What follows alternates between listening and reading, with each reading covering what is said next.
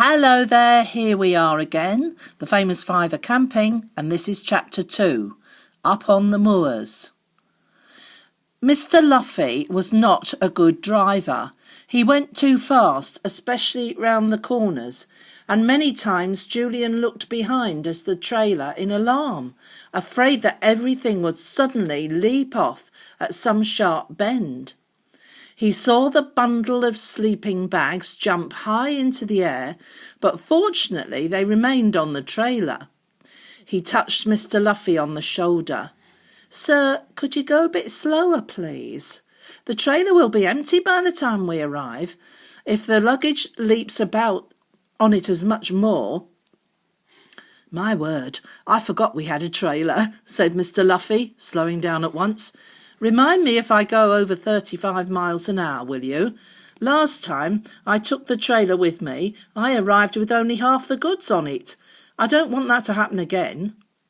Julian certainly hoped it wouldn't. He kept a sharp eye on the speedometer. When it veered towards 40, he tapped Mr. Luffy on the arm. Mr. Luffy looked supremely happy. He didn't like term time, but he loved holidays.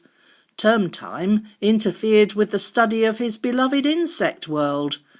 Now he was off with 4 nice children he liked for a holiday on a moorland he knew was alive with bees, beetles, butterflies, and every other kind of insect he wanted. He looked forward to teaching the 4 children quite a lot. They would have been horrified if they'd guessed this, but they didn't. He was an odd-looking fellow. He had very untidy, shaggy eyebrows over kind and gentle eyes that always reminded Dick of a monkey's.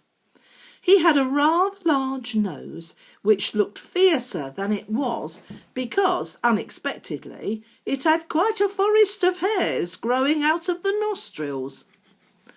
He had an untidy moustache, a round chin with a surprising dimple in the middle of it. Well, Alia, he sounds quite funny, doesn't he? His ears always fascinated Anne. They were large and turned rather forward, and Mr. Luffy could waggle the right one if he wanted to. To his great sorrow, he had never been able to waggle the left one. His hair was thick and untidy, and his clothes were always looked loose, comfortable, and rather too big for him. The children liked him. They couldn't help it.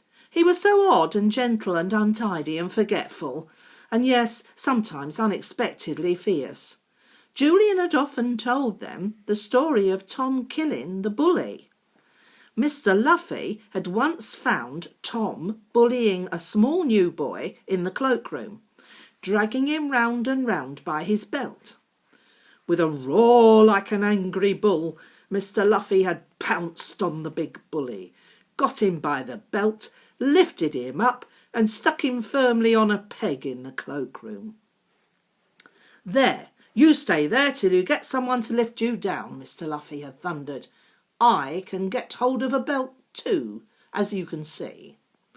And then he had stalked out of the cloakroom with a small terrified boy beside him, leaving the bully hung up high on the peg, quite unable to free himself. And there he had to stay, because not one of the boys who came pouring in from a game of football would lift him down. They obviously knew what he was like, didn't they?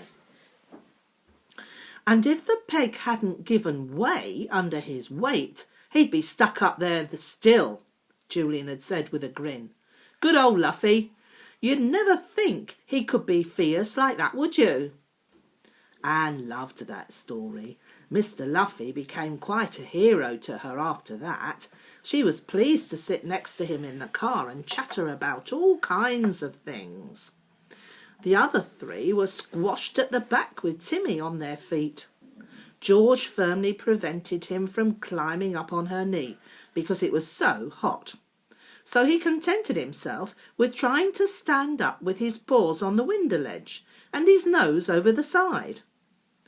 They stopped at about 12:30 for lunch. Mr. Luffy had indeed provided sandwiches for everyone, and remarkably fine ones they were too, made the evening before by Mrs. Luffy. Cucumber dipped in vinegar, ham and lettuce, egg, sardine. "Oh, Mr. Luffy, your sandwiches are much nicer than ours," said Anne, beginning on two together, one cucumber and the other ham and lettuce. They were all very hungry. Timmy had a bit from everyone, usually the last bite, and watched each sandwich eagerly till his turn came. Mr. Luffy didn't seem to understand that Timmy had to have the last bite of any sandwich, so Timmy simply took it out of his hand, much to his surprise. "A clever dog," he said, and patted him. "Knows what he wants and takes it. Very clever." That pleased George, of course. She thought that Timmy was the cleverest dog in the world, and indeed it did seem like it at times. He understood every word she said to him, every pat, every stroke, every gesture. He would be much, much better at keeping an eye on the 4 children and guarding them than forgetful Mr. Luffy. They drank ginger beer and then ate some ripe plums. Timmy wouldn't have any plums, but he licked up some spilt ginger beer. Then he sniffed up a few odd crumbs and went to drink at the little stream nearby. The party set off again in the car.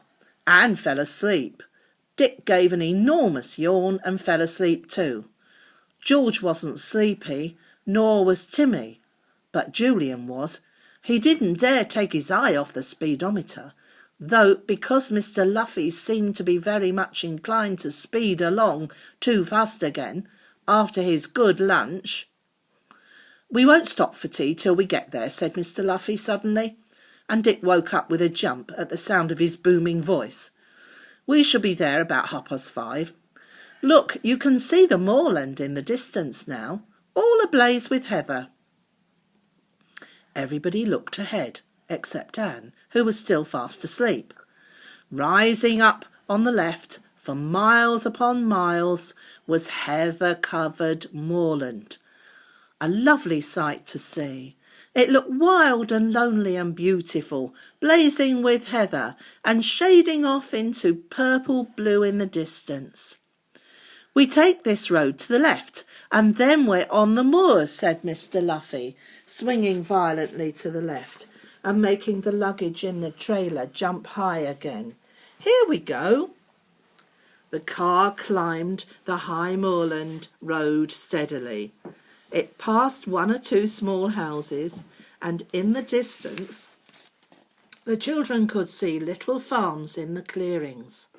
Sheep dotted the moorland, and some of them stood staring at the car as it drove by.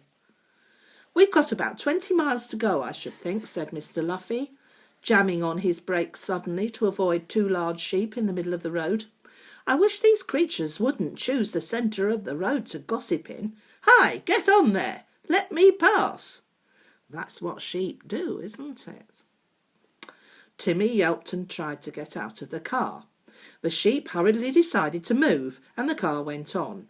Anne was thoroughly awake by now, having been almost jerked out of her seat by the sudden stop.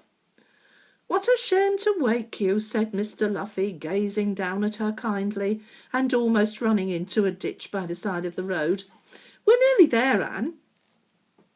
They climbed steadily, and the wind grew a little cold. All around the children the moors stretched for mile upon mile, never ending. Little streams sometimes splashed right down to the roadway and ran beside it. It sounds like the North York moors, doesn't it? They climbed steadily, and the wind grew a little cold. All around the children the moors stretched for mile upon mile, never ending. "We can drink the water in the streams," said Mr. Luffy, "crystal clear and cold as ice. There's one quite near where we're going to camp." That was good news. Julian thought of the big canvas buckets they had brought. He didn't particularly want to carry those for miles. If there was a stream near their camping place, it would be easy to get the buckets filled with washing water. The road forked into two. To the right was a good road, leading on and on. To the left it became not much more than a cart track. "That's the one we take," said Mr. Luffy, and the car jerked and jolted over it. He was forced to go slowly, and the children had time to see every little thing they passed. "I shall leave the car here," said Mr. Luffy, bringing it to a standstill beside a great rock that stood up bare and grey out of the moor. "It will be sheltered from the worst winds and rain. I thought we'd camp over yonder." There was a little slope just there, backed by some enormous gorse bushes. Thick heather grew everywhere. Julian nodded. It was a good place for camping.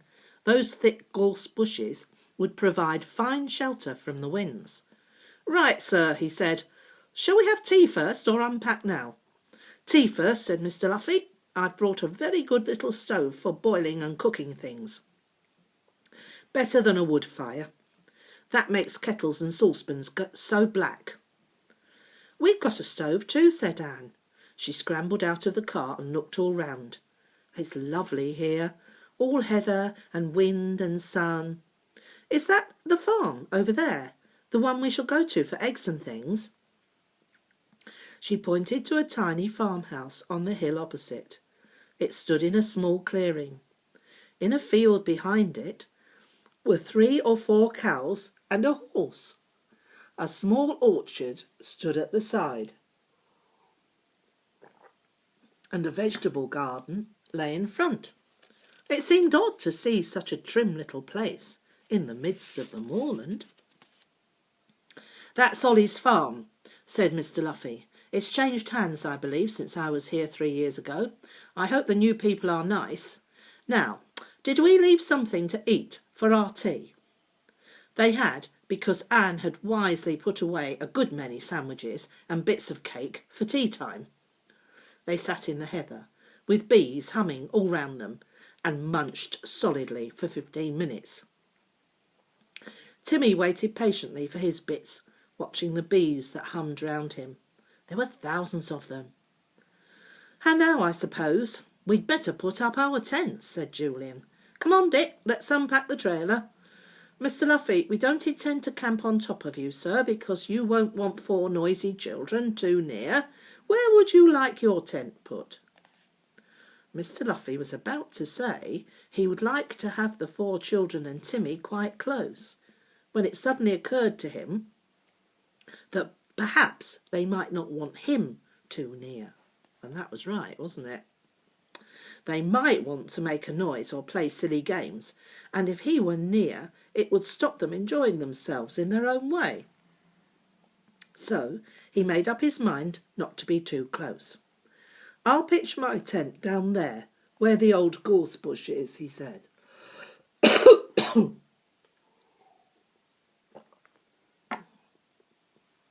"And if you'd like to put yours up here, where there's a half circle of gorse bushes to keep off the wind, you'll be well sheltered. And we shan't interfere with each other at all." "Right, sir," said Julian, and he and Dick began to tackle the tents. It was fun. Timmy got under everyone's feet as usual and ran off with important bits of rope, and nobody minded. By the time that dusk came creeping up the heather-covered moorland, all 3 tents were up. The ground sheets were put down and the sleeping bags unrolled on them, 2 in each of the children's tents and 1 in Mr. Luffy's. "I'm going to turn in," said Mr. Luffy. "My eyes are almost shut. Good night, all of you. Sleep well." He disappeared into the dusk. Anne yawned widely, and that set the others off too. "Come on, let's turn in too," said Julian. "We'll have a bar of chocolate each and a few biscuits." That sounds nice, doesn't it? "We can eat those in our sleeping bags. Good night, girls. Won't it be grand to wake up tomorrow morning?" He and Dick disappeared into their tent. The girls crawled into theirs with Timmy. They undressed and got into their warm, soft sleeping bags. "This is super," said George, pushing Timmy to one side. "I never felt so cosy in all my life. Don't do that, Timmy. Don't you know the difference between my feet and my middle? That's better. Good night, said Anne sleepily. Look, George, you can see the stars shining through the opening of the tent. Don't they look enormous? But George didn't care whether they were enormous or not. She was fast asleep, tired out with the day's run. Timmy cocked one ear when he heard Anne's voice and gave a little grunt. That was his way of saying good night. Then he put his head down and slept. Our first night of camping, thought Anne happily. I shan't go to sleep. I shall lie awake and look at the stars and smell that heathery smell. But she didn't. In half a second, she was sound asleep too.